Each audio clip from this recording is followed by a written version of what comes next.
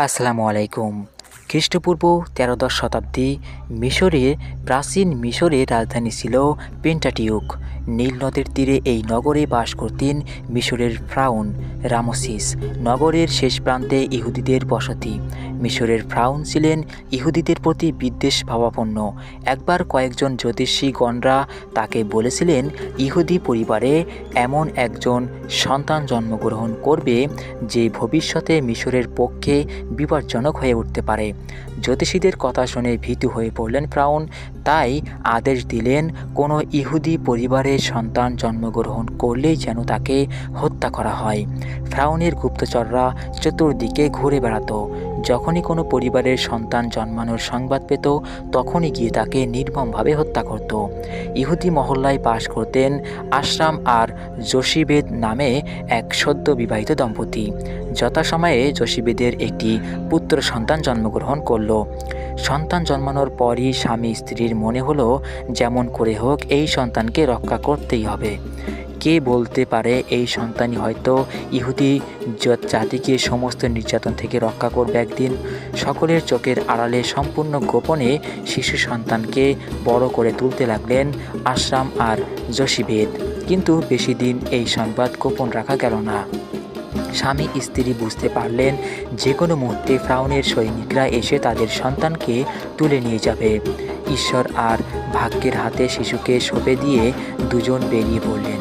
নীল নদের তীরে এক নির্জন ঘাটে এসে শিশুকে শুইয়ে দিয়ে তারা বাড়ি ফিরে গেলেন। সেই নদীর ঘাটে প্রতিদিন গোসল করতে আসতো ফ্রাউনের কন্যা। ফুটফুটে সুন্দর একটা বাচ্চাকে একা পড়ে থাকতে দেখে তার মায়া হলো। তাকে তুলে নিয়ে এলো রাজপ্রাসাদে। প্রিয় বন্ধুরা, এখানে একটি কথা বলে রাখি, এই ঘটনাটি বিভিন্ন জায়গায় বিভিন্নভাবে বলা হয়েছে। কোনো কোনো জায়গায় বলা হয়েছে যে শিশুনবী মুসা আলাইহিস সালামকে সে সময় একটি কিছুতে করে ভাসিয়ে দেওয়া হয়েছিল, এবং কোনো জায়গায় লেখা রয়েছে যে তাকে ঘাটে ফেলে আসা হয়েছিল। তো যাই হোক, তারপর সেই শিশু সন্তানটিকে নিজের সন্তানের মতো স্নেহ ভালোবাসা দিয়ে মানুষ করে তুলতে লাগলো। রাজকন্যা শিশুর নাম রাখলো মুসা। এই বিষয়ে আরেকটি কাহিনী প্রচলিত আছে যে মুসার মা যোশিবেদ জানতেন প্রতিদিন ফ্রাউনের কন্যা সখীদের নিয়ে নদীতে স্নান করতে আসেন। একদিন ঘাটের কাছে পথের ধারে শিশু মুসাকে একটা ঝুড়িতে করে শুইয়ে রেখে দিলেন। নিজে গাছের আড়ালে লুকিয়ে রইলেন। কিছুক্ষণ পর রাজকুমারী সেই পথ দিয়ে স্নান করতে যাওয়ার সময় দেখতে পেল মুসাকে। পথের পাশে ফুটফুটে একটা শিশুকে পড়ে থাকতে দেখে তার মায়া হলো। তাড়াতাড়ি তুলে মুসাকে কোলে তুলে নিল। যোশিবেদকেই মুসার ধাত্রী হিসেবে নিয়োগ করে রাজকুমারী। নিজের পরিচয় গোপন করে রাজপ্রাসাদে মুসাকে দেখাশোনা করতে থাকে যোশিবেদ। মা ছাড়া মুসা কোনো নারীর স্তনপান করেননি। ধীরে ধীরে কৈশোর থেকে যৌবনে পা দিল মুসা। ফেরাউনের অত্যাচার বেড়েই চলেছিল। ইহুদির উপর এই অত্যাচার ভালো লাগতো না মুসার।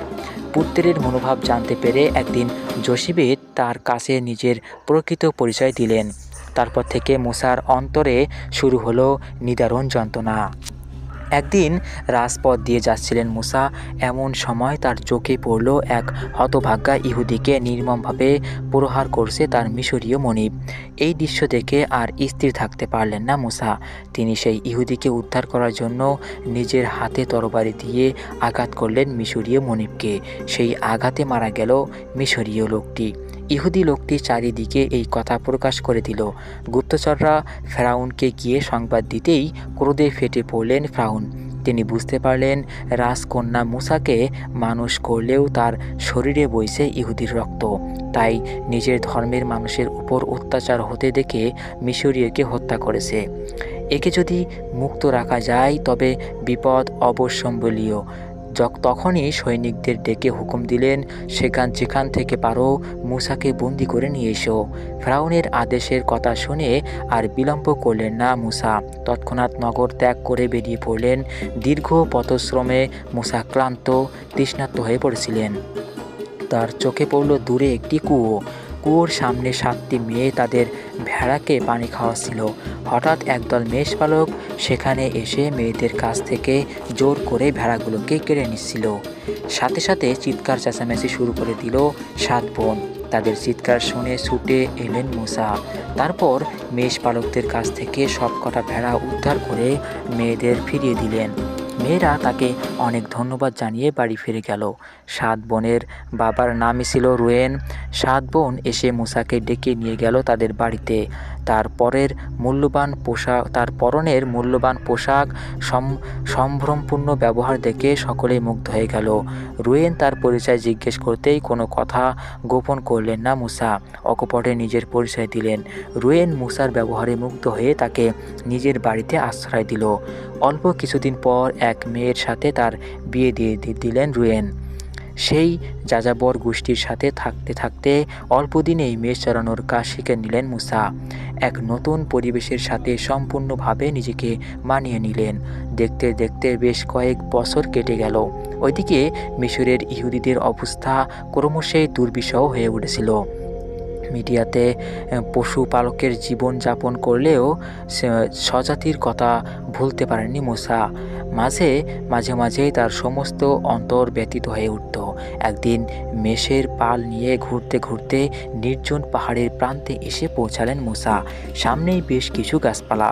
হঠাৎ মুসা দেখলেন সেই গাছপালা পাহাড়ের মধ্য থেকে এক অলোক কাঁসা বেরিয়ে এলো। এত তীব্র সেই আলো মনে হলো যে দূর চোখ যেন ঝলসে যাচ্ছে। তবুও স্থির দৃষ্টিতে চেয়ে রইলেন সেই আলোর দিকে। তার মনে হলো ওই আলো যেন তাকে আচ্ছন্ন করে ফেলছে। এক সময় শুনতে পেলেন সেই আলোর মধ্য থেকে এক অলৌকিক কণ্ঠস্বর ভেসে এলো, মুসা মুসা। চমকে উঠলেন মুসা।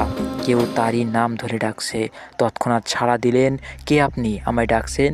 সেই অলৌকিক কণ্ঠস্বর বলে উঠল, আমি তোমার ও তোমার পূর্বপুরুষদের একমাত্র ঈশ্বর।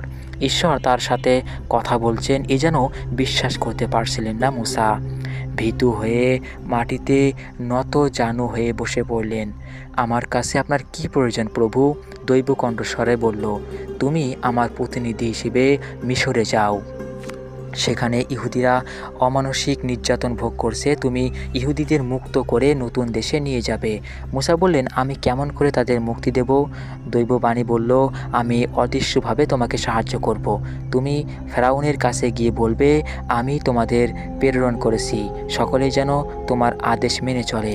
মুসা বললেন, কিন্তু যখন তারা জিজ্ঞেস করবে ঈশ্বরের নাম, তখন কি জবাব দেব? প্রথমে ঈশ্বর তার নাম প্রকাশ না করলেও পরে বললেন, তিনি এই বিশ্বজগতের স্রষ্টা আল্লাহ। মুসা অনুভব করলেন তার নিজের শক্তিতে নয়, ঈশ্বর প্রদত্ত শক্তিতেই তাকে সমস্ত কাজ সমাধান করতে হবে। এতদিন ঈশ্বর সম্বন্ধে তার কোনো সুস্পষ্ট ধারণা ছিল না। এই প্রথম অনুভব করলেন ঈশ্বর নির্দিষ্ট কাজের জন্যই তিনি পৃথিবীতে এসেছেন। আর আল্লাহর এখানে বলা হয়েছে যে ঈশ্বরের নির্দিষ্ট কাজের জন্য তিনি পৃথিবীতে এসেছেন, আর আল্লাহ তার একমাত্র ঈশ্বর। এর কয়েকদিন পর দ্বিতীয়বার ঈশ্বরের আদেশ শুনতে পেলেন মুসা। তিনি পুনরায় আবির্ভূত হলেন মুসার সামনে। তারপর বললেন, তোমার ওপর আমি প্রসন্ন হয়েছি। একমাত্র তুমিই পারবে ইহুদি জাতিকে এই সংকট থেকে উদ্ধার করতে। তাই আর বিলম্ব করো না, যত শিগগিরই সম্ভব রওনা হও মিশরে। অল্প কয়েকদিন পর স্ত্রী সন্তানদের কাছ থেকে বিদায় নিয়ে মিশরের পথে যাত্রা শুরু করলেন মুসা।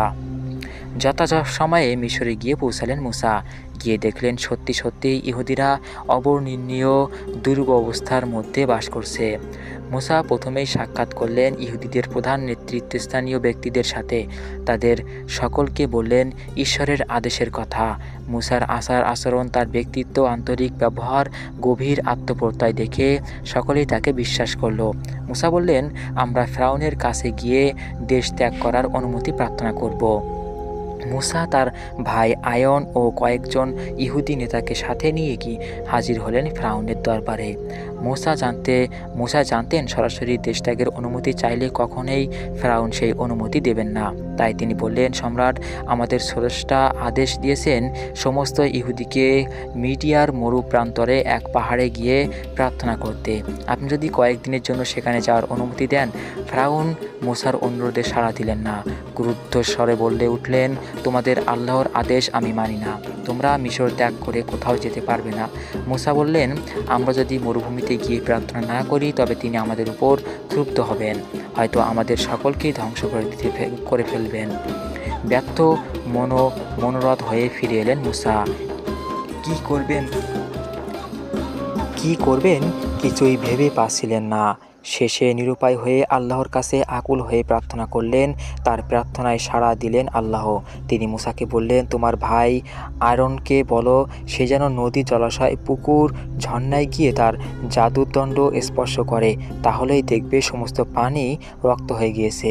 আল্লাহর নির্দেশে আরন মিশরের সমস্ত পানীয় জলকে রক্তে রূপান্তরিত করে ফেলল।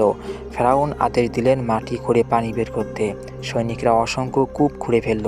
সকলে সেই জল পান করতে আরম্ভ করল। আরনের জাদু বিফল হতেই মুসা পুনরায় আল্লাহর কাছে প্রার্থনা করলেন। এবার মিশর জুড়ে ব্যাঙের মহামারী দেখা গেল। তার পচা গন্ধে লোকেরা প্রাণান্ত অবস্থা, কেউ আর ঘরে থাকতে পারল না। সকলে গিয়ে ফেরাউনের কাছে নালিশ জানালো। নিরুপায় হয়ে ফেরাউন ডেকে পাঠালেন মুসাকে, বললেন, তুমি ব্যাঙের মড়ক বন্ধ করো, আমি তোমাদের মরুভূমিতে গিয়ে প্রার্থনা করার অনুমতি দেব। মুসার ইচ্ছায় ব্যাঙের মড়ক বন্ধ হলেও ফেরাউন নানা অজুহাতে ইহুদিদের যাওয়ার অনুমতি দিলেন না। নিরুপায় হয়ে মুসা আবার আল্লাহর কাছে প্রার্থনা করলেন। ফেরাউনের আচরণে এবার ভয়ঙ্কর ক্ষুব্ধ হয়ে উঠলেন স্বয়ং সৃষ্টিকর্তা। সমস্ত মিশর জুড়ে শুরু হলো ঝড়, বন্যা, বৃষ্টি, মহামারী। তবুও ফেরাউন অনুমতি দিতে চায় না। এবার আল্লাহ নির্মম অস্ত্র প্রয়োগ করলেন। হঠাৎ সমস্ত মিশরীয় প্রথম পুত্র সন্তান মারা পড়ল।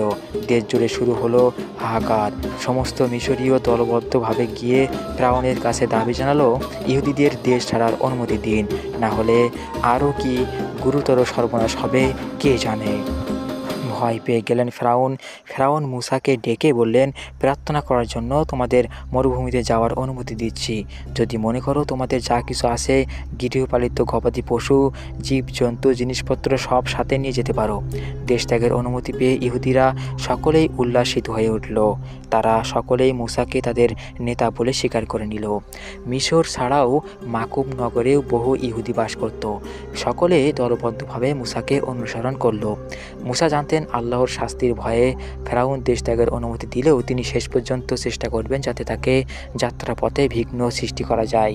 তাই যথাসম্ভব সতর্কভাবে পথ চলতে লাগলেন। কয়েকদিন চলার পর তারা সকলে এসে পড়ল লোহিত সাগরের তীরে। এদিকে ইহুদিরা মিশর ত্যাগ করতেই ফেরাউনের মনের পরিবর্তন ঘটল। যেমন করেই হোক তাদের ফিরিয়ে নিয়ে এসে আবার কৃতদাসে পরিণত করতে হবে। তৎক্ষণাৎ ইহুদিদের বন্দী করার জন্য বিশাল এক সৈন্যবাহিনীকে পাঠালেন ফেরাউন। এদিকে দূর থেকে মিশরীয় সৈন্যদের দেখতে পেয়ে আতঙ্কগ্রস্ত হয়ে পড়লেন সমস্ত ইহুদি। সামান্যতম বিচলিত হলেন না মুসা, প্রার্থনায় বসলেন। প্রার্থনা শেষ হতেই দৈববাণী হলো, মুসা তোমার হাতের দণ্ড দূর তুলে সমুদ্রের মধ্যে দিয়ে যাবে, সমুদ্রের পানি তোমাদের স্পর্শ করবে না। মুসা তার হাতের দণ্ড তুলে সমুদ্রের সামনে এসে দাঁড়াতেই সমুদ্র দ্বিধা বিভক্ত হয়ে গেল। তার মধ্য দিয়ে প্রসারিত হয়েছে প্রশস্ত পথ। সকলের আগে মুসা, তার পিছনে সমস্ত ইহুদি নারী পুরুষের দল সেই পথ ধরে এগিয়ে চলল। তারা কিছু দূর যেতেই মিশরীয় সৈন্যরা এসে পড়ল সমুদ্রের তীরে। ইহুদিদের সমুদ্রের মাঝখান দিয়ে যেতে দেখে তারাও তাদের অনুসরণ করে সেই পথ ধরে এগিয়ে চলল। সমস্ত মিশরীয় বাহিনী সমুদ্রের মধ্যে নেমে আসতেই আল্লাহর নির্দেশ শুনতে পেলেন মুসা, তোমার হাতের দণ্ড পিছন ফিরে নামিয়ে দাও। মুসা তার হাতের দণ্ড নিচু করতেই সমুদ্রের জলরাশি এসে আশ্রে পড়ল মিশরীয় সৈন্যদের উপর। মুহূর্তে বিশাল সৈন্যবাহিনী সমুদ্রের অতল গহরে হারিয়ে গেল। ইহুদিরা নিরাপদে তীরে গিয়ে উঠল। মুসা সকলকে নিয়ে এগিয়ে চললেন। সামনে বিশাল মরুভূমি। সামান্য পথ অতিক্রম করতেই তাদের সঞ্চিত পানি, খাবার ফুরিয়ে গেল। মরুভূমির বুকে কোথাও পানির চিহ্ন মাত্রা নেই। ক্রমশই সকলে তৃষ্ণার্ত, ক্ষুধার্ত হয়ে পড়েছিল। অনেকে আর অগ্রসর হতে চাইছিল না। মুসা বিচলিত হয়ে পড়লেন, এতগুলো মানুষকে কোথা থেকে তৃষ্ণার পানি এনে দিবেন। কিছু দূর যেতেই এক জায়গায় পানি পাওয়া গেল। এত দুর্গন্ধ সেই পানি কার সাধ্য তা মুখে দেয়। প্রার্থনায় বসলেন মুসা। প্রার্থনা শেষ করে আল্লাহর নির্দেশে কিছু গাছের পাতা ফেলে দিলেন সেই পানির মধ্যে। সাথে সাথে সেই পানি সুস্বাদু মিষ্টি পানি হয়ে গেল। সকলে তৃষ্ণা মিটিয়ে সব পাত্র ভরে নিল। যারা মুসাকে দোষারোপ করেছিল তারা অনুতপ্ত হয়ে ক্ষমা ভিক্ষা চাইল। সকলে মুসাকে তাদের ধর্মগুরু ও নেতা হিসেবে স্বীকার করে নিল। সকলে তার নির্দেশ মতো এগিয়ে চলল। কিছুদিনের মধ্যেই সমস্ত খাবার ফুরিয়ে গেল। আশপাশে কোথাও কোনো খাবারের সন্ধান পাওয়া গেল না। খিদার তাড়নায় সকলেই ক্লান্ত হয়ে পড়ল। আবার তারা দোষারোপ করতে আরম্ভ করলো মুসাকে, তোমার জন্যই আমাদের এত কষ্ট সহ্য করতে হচ্ছে। মুসা সকলকে শান্ত করে বললেন, তোমরা ভুলে গিয়েছো আমাদের ঈশ্বর আল্লাহর কথা। তিনি ফেরাউনকে তোমাদের দেশ ত্যাগের অনুমতি দিতে বাধ্য করেছেন, তিনি সমুদ্রকে দ্বিধা বিভক্ত করেছেন, সৈন্যদের হাত থেকে তোমাদের রক্ষা করেছেন, তোমাদের পানির ব্যবস্থা করেছেন, তবুও তোমরা তার শক্তিতে সন্দেহ প্রকাশ করেছো। মুসার কথা শেষ হতেই কোথা থেকে সেখানে উড়ে আসে অসংখ্য পাখির ঝাঁক। ইহুদিরা ইচ্ছামতো পাখি মেরে মাংস খায়, আর কারো মনে কোনো সংশয় থাকে না, মুসাই তাদের অবিসংবাদিত নেতা। সকলে শপথ করে যে জীবনে মরণে তারা মুসাকে সমস্ত আদেশ মেনে চলবে। মুসা সমস্ত ইহুদিকে নিয়ে এলেন এফিডিম নামে এক নির্জন প্রান্তে। চারিদিকে ধুধু বালি, মাঝখানে ছোট পাহাড়, কোথাও পানির কোনো উৎস নেই। মুসা আবার এগিয়ে চললেন। কিছুদূর গিয়ে একটা বড় পাহাড়ের সামনে এসে দাঁড়ালেন। আল্লাহর নির্দেশে একটা পাথর সরাতেই বেরিয়ে এলো স্বচ্ছ পানির এক ঝর্ণাধারা। সেই পানিতে সকলেই তৃষ্ণা মিটালো। মুসা সেখানে এসেছিলেন তার অদূরেই প্যালেস্টাইনে তখন বাস করত আমালেক নামে এক উপজাতি সম্প্রদায়। নতুন একদল মানুষকে তাদের অঞ্চলে প্রবেশ করতে দেখে তারা যুদ্ধের জন্য প্রস্তুত হলো। অপরদিকে ইহুদিরা দীর্ঘ পথ শ্রমে ক্লান্ত, পরিশ্রান্ত, অবসন্ন। সকলে মুসাকে বলল, এই যুদ্ধে আমাদের নিশ্চিত পরাজয় হবে, তুমি অন্য কোথাও আশ্রয়ের সন্ধানে চলো। মুসা সকলকে সাহস দিয়ে তার দলের সমস্ত পুরুষদের একত্র করে যুদ্ধের জন্য প্রস্তুত হলেন। যুদ্ধ পরিচালনার ভার দেয়া হলো যোশুয়া নামে এক সাহসী যুবককে। শুরু হয়ে গেল তুমুল যুদ্ধ। মুসা নিজে যুদ্ধে যোগ দিলেন। আল্লাহর নির্দেশে পাহাড়ের উপর উঠে তার হাতের দণ্ড আকাশের দিকে তুলে ধরলেন। যুদ্ধের প্রথম আমালেকরা ইহুদিদের বিপর্যস্ত করেছিল, কিন্তু মুসা তার দণ্ড ঊর্ধ্ব আকাশে তুলে ধরতেই যুদ্ধের গতি পরিবর্তন হলো। ইহুদিরা বীর বিক্রমে ঝাঁপিয়ে পড়ল আমালেকদের উপর। ইহুদিদের সেই প্রচণ্ড বিক্রম সহ্য করতে পারল না আমালেকরা। বিপর্যস্ত বিধ্বস্ত হয়ে তারা পালিয়ে গেল। ইহুদিরা নতুন উদ্যমে এগিয়ে চলল প্যালেস্টাইনের দিকে। পথে সিনাই পর্বত, এখানে পানি ও গাছপালার কোনো অভাব নেই দেখে মুসা সেখানেই সকলকে তাঁবু কাটানোর নির্দেশ দিলেন। সেই সময় মুসার শ্বশুর জেথ্রো তার স্ত্রী, 2 পুত্র, সঙ্গী সাথীদের নিয়ে সেই পথ ধরে যাচ্ছিল। কাছে আসতেই বুঝতে পারলেন এরা দেশত্যাগী ইহুদি জাতি। তার জামাইয়ের নেতৃত্বে এখানে বসতি স্থাপন করেছে। জেথ্রো ছিলেন উপজাতি সম্প্রদায়ের পুরোহিত। নানা দেশে দেবদেবীর পূজা করতেন তিনি। মুসাকে বললেন, তোমাদের আল্লাহর কথা শুনে উপলব্ধি করতে পেরেছি তিনি সকল দেবতার ঊর্ধ্বে, তিনি সমস্ত শক্তির উৎস। এতদিন আমি ভুল পথে চলেছি। যেসব দেবতাকে পূজা অর্চনা করেছি তারা কেউই আল্লাহর সমকক্ষ নন। আমি তার ইবাদত করতে চাই। মুসা ইহুদিদের মধ্য থেকে সৎ, ন্যায়বান, জ্ঞানী মানুষদের বিচারক হিসেবে নিযুক্ত করলেন। এই সময় মুসা একদিন গভীর রাতে আল্লাহর দৈববাণী শুনতে পেলেন। মুসা, আমি আমার এক দূতকে তোমাদের কাছে পাঠাবো, তোমরা সকলেই তাকে অনুসরণ করবে। যে পথে তোমরা যাবে সেই পথে নানা বাধা আসবে, শত্রুরা তোমাদের যাত্রা পথে বিঘ্ন সৃষ্টি করবে, কিন্তু আমার আশীর্বাদে তোমাদের কোনো ক্ষতি হবে না। তুমি বীর দর্পে এগিয়ে যাবে। পথে অন্য কোনো দেবতার মূর্তি, বিগ্রহ, মন্দির দেখলেই তা ধ্বংস করবে, আর সর্বত্র আমার উপদেশ প্রচার করবে। যারা মূর্তি পূজা করবে তারা আমার শত্রু, তুমি তাদের ধ্বংস করবে। পরদিন মুসা ইহুদিদের সকলকে ডেকে বললেন, তোমরা সকলে আগামী 2 দিন শুদ্ধ পানি পবিত্রভাবে থাকবে। 3য় দিন দেবদূতের আবির্ভাব হবে, তখন আমরা তাকে অনুসরণ করব। 2 দিন কেটে গেল। 3য় দিন ভোর থেকেই ঘন মেঘে আকাশ ছেয়ে গেল। তারই সাথে ঘন ঘন বিদ্যুতের চমক, বজ্রের নির্ঘোষ।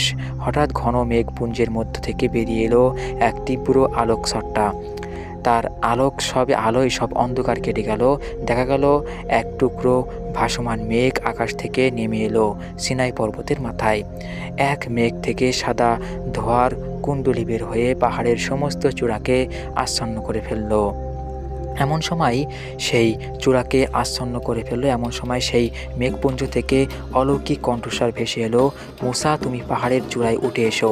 পাহাড়ের চূড়ায় উঠতেই মুসা শুনতে পেলেন আল্লাহর কণ্ঠস্বর, হে আমার প্রিয় ভক্ত, আমি তোমার মাধ্যমে সমস্ত ইহুদিদের 10টি নিয়ম জানাতে চাই।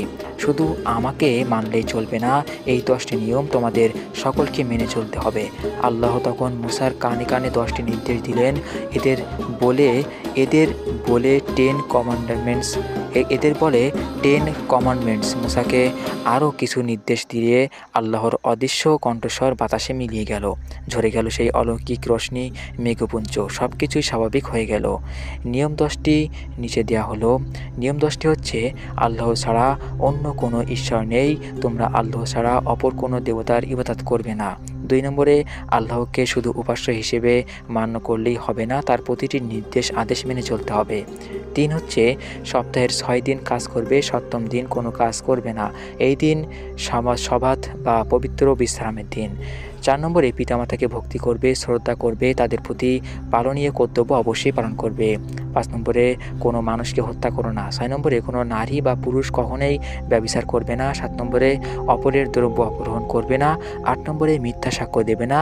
9 নম্বরে, অন্যের জিনিসের প্রতি কোনো লোভ করবে না বা যাতে অন্যর অধিকার আছে তা গ্রহণ করবে না। এবং 10 নম্বর হচ্ছে, উপাসনা স্থলে বেদি নির্মাণ করে পশু বলি দিতে হবে। পাথর স্থাপন করা হলো পাহাড়ের গায়ে, যাতে ইহুদিদের ভবিষ্যৎ বংশধররা জানতে পারে ঈশ্বরের আদেশের কথা। এবার মুসা ঈশ্বরের ধ্যান করার জন্য পাহাড়ের চূড়ায় উঠলেন। দীর্ঘ 40 দিন ধরে গভীর সাধনায় মগ্ন হয়ে রইলেন মুসা। এদিকে মুসার অনুপস্থিতিতে সকলেই চিন্তিত হয়ে পড়ল। সকলে এসে ধরল মুসার ভাই আরনকে। সে ভুলে গেল যে 10 কমান্ডসের কথা নির্দেশ। সে একটি সোনার বাছুর তৈরি করলেন এবং বলল, এই বাছুরটিকে আল্লাহর প্রতীক বলে পূজা করো, তারপর একে বলি দিয়ে পূজা শেষ করব। সকলে বাছুর পূজায় আনন্দে মেতে উঠল। ইহুদিদের এই মূর্তি পূজা দেখে ক্রুদ্ধ হয়ে উঠলেন আল্লাহ। তিনি মুসাকে বললেন, ওদের এই গর্হিত কাজের জন্য আমি সকলকে ধ্বংস করব, সৃষ্টি করব নতুন এক জাতি। মুসা বুঝতে পারলেন আল্লাহ ইহুদিদের অন্যায় আচরণে ক্রুদ্ধ হয়ে উঠেছেন। তিনি নতজানু হয়ে বসে বললেন, হে প্রভু, তুমি তোমার সন্তানদের এই অপরাধ মার্জনা করো। মুসার কথায় শান্ত হলেন আল্লাহ। তিনি তার উপদেশ নির্দেশ লেখা আরও 2টি পাথর দিলেন। মুসা সেই পাথর 2টি নিয়ে পাহাড় থেকে নিচে নামতেই দেখতে পেলেন সোনার বাছুর মূর্তিকে ঘিরে ইহুদিরা আনন্দ উৎসবে মেতে উঠেছে। ইহুদিদের এই অসংযমী ধর্মবিরুদ্ধ আচরণে ক্ষুব্ধ হয়ে উঠলেন স্বয়ং মুসা আলাইহিস সালাম।